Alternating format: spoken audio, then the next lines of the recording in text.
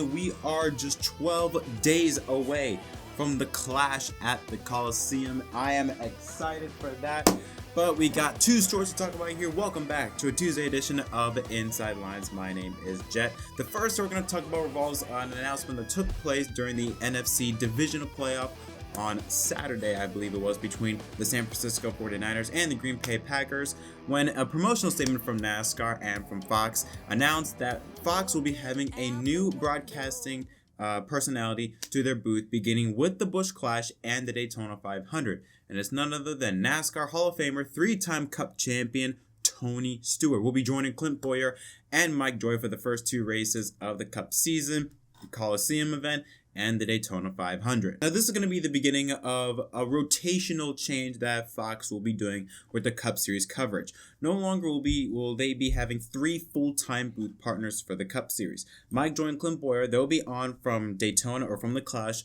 up until Sonoma, I believe, the final race of Fox's coverage. But their third analyst will be in rotation, kind of similar to how they've been doing with the Xfinity and Truck Series. For the Cup Series, it will be Tony Stewart for the Clash and for the Daytona 500. They may have Larry McReynolds come back for a couple racers. Maybe might bring in Jamie McMurray or Regan Smith or Trevor Bayne.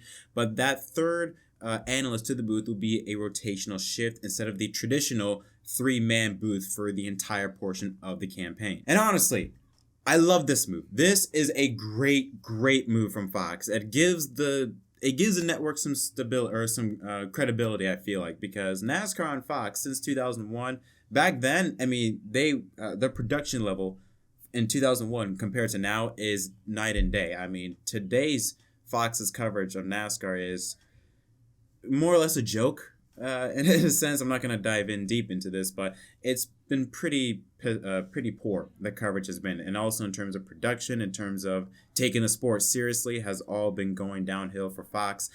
So having Tony Stewart, a guy that says what's on his mind, doesn't hold back for anyone, and on top of that, he can be really technical, and I feel like he can be the type of guy that can really get in deep as to what the car is doing, explain why the car is doing certain things, explain why a driver's thinking and how a track, affects a car and how a driver and all of that other technical aspects of a race. I feel like he can do a really good job of that. But it will all depend on how Fox handles Stewart. If they go out there and say, hey, Stewart, just be you. Say what you want to say, then Stewart can be a really good commentator, I feel like. But if they kind of restrict him and make him let's say maybe be a bit PC in a sense, maybe not go so far off, maybe keep your opinions a bit in line with the company product, then it won't work. Stewart only works if you allow Stewart to be himself.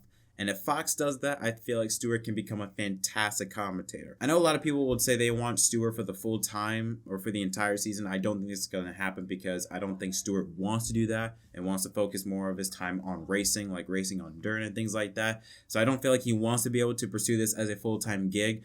But for Stewart to even have the opportunity to be able to broadcast a Cup race will be really exciting to watch, because I feel like he can be that guy that doesn't hold anything back, tells you how it is, tells you how he sees it, and doesn't act like other commentators where you can clearly tell they say things just to not upset NASCAR. With Stewart, we know that he is not, it's common for him, or at least it's not uncommon to see him say something that NASCAR doesn't like. He has said issues with Goodyear tires. He said issues with NASCAR management, how they handle things and things like that. So if we can get that Tony Stewart, that unfiltered, say what he wants to say, obviously, bit censored, you don't want to get cut off of the air, but if he's able to say what he wants to say, he can become a fantastic commentator. So I think this is a great move that Fox made to have Stewart for the Clash and for the Daytona 500. And hopefully, maybe, who knows? Let's say if Stewart likes this role, maybe next season he might do it full time. We don't know. Now on to our main story. So we know with penalties in NASCAR, NASCAR teams are always trying to bend the rule book, find any way they can in that gray area to get around the rule book in order to give their car an advantage over the other teams.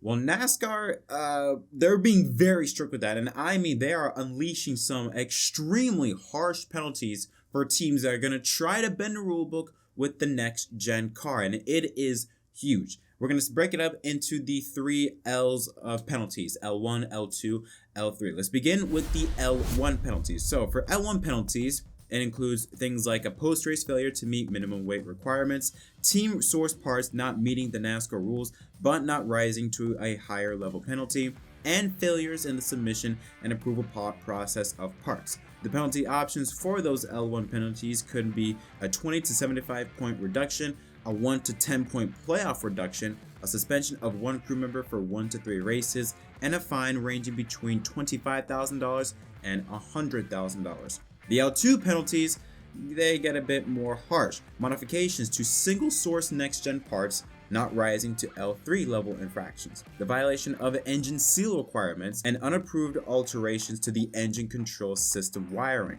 Now those penalties can go from 75 to 120 point reduction, 10 to 25 point playoff reduction, suspension of 1 or 2 crew members for 4 to 6 races, and a fine from $100,000 to $250,000. And then the big one, this is the L3 penalty sheet, so much that we can only give one page for it.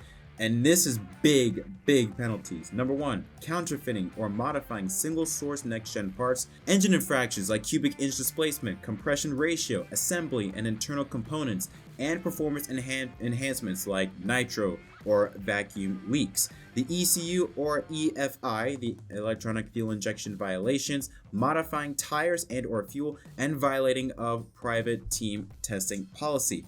And the penalties for those are huge.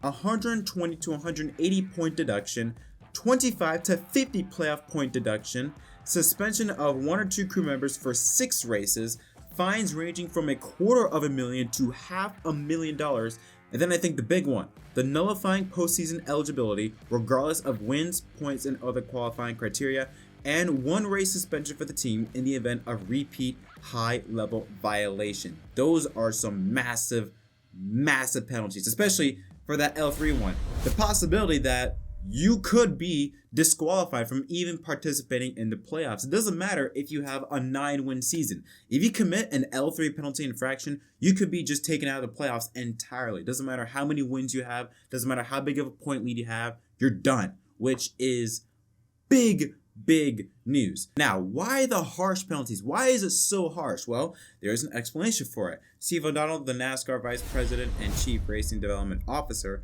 said, quote, "It used to be, quote, let's see what we can get away with and go racing. That's not the case with this car. We've built this car to try and make it as fundamentally sound as possible in collaboration with the teams, and then really put it on the teams and drivers and pit crews to go out there and win races." Scott Miller, the Senior Vice President of Competition with NASCAR, said that if there aren't penalties for altering parts and pieces on the new car, then the business model with the new car won't work. So it was definitely something that was pressed for hard by the teams, and we're doing our due diligence for establishing all the inspection procedures and all the different things. The rulebook is a completely new rulebook with lots more specifics than there were in the past. So yeah, the new rulebook with the introduction of the next gen car gives you very little, almost non-existent space to try and work around the rulebook. But in the previous rulebook, there was a lot of gray area. You know, yes, there were things that were black and white, but there were a lot of things that were in that gray area. With this new rulebook, there is very little gray area, if any. And this is, I think, a good move by NASCAR to put their foot down. I know there's some people out there that were kind of complaining about this one, that, oh, they're restricting the engineering development of the teams and crews. But you have to understand, with NASCAR's new business model, if teams are going to be, you know, doing these things, like we saw with the Gen 6 car, the effects of yawing, and with them manipulating the structure of the car. Obviously, if it works for one team, multiple teams are going to try and do it, and thus you're just going to be raising the cost higher and higher. With the next gen car, with the business model that NASCAR is going with, is trying to keep the cost low. And how do you do that is you restrict as much changing that NASCAR teams try to do so that the price does not go up. So I completely understand NASCAR's model, or at least what NASCAR is going for with this new rule book, because, I mean, the possibility of disqualifying someone from the playoffs and a one-race suspension and things like that, extremely harsh penalties, that is going to make teams think twice about if they want to pursue or try and, like I said, get in that gray area. Because with this new rule book, there is such a small gap. I mean, it is I wouldn't risk it, but I'm not a team member. I'm not a race engineer or whatever like that. But I won't be surprised if teams maybe try and think twice about manipulating, or at least trying to manipulate their cars in order to get an advantage on their competition. Because if they do that, then they better get ready, because NASCAR is gonna bring down the law on those teams. And again, I understand why maybe fans might not like it, because you're restricting the race engineering, but if you want the business model to work, you're gonna have to be really harsh and make sure the teams stay in that business model and stay in the rule book. But yeah, overall, I think this is a good move by NASCAR is doing. An extremely harsh one, but a necessary change in my opinion. But that is going to conclude this episode of Inside the Lines. Guys, if you enjoyed this video, don't forget to leave a like and subscribe for more content. What are your thoughts on any of the two stories I talked about in the comment section down below? I am very excited to hear what Tony Stewart has to say, what's on his mind when we go to the Busch Clash at the Coliseum in about 2 weeks time, and the 500 on February 20th. Can't wait to see how he commentates in his very first Cup Series races. And of course, I'm very interested in seeing how the next gen car will be inspected, because I highly doubt, there's no way that we're going to go through the entirety of the next gen car without teams trying to push the issue or push the limit with NASCAR and the rule book. I just find that very hard to believe.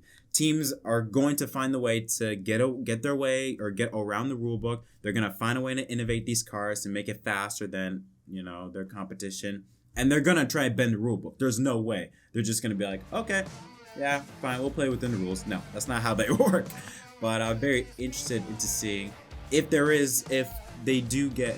teams do get caught getting penalized, what will the response be from NASCAR? And could we see potentially, maybe this year, could we potentially see a team getting kicked out of the playoffs or even get suspended for a race?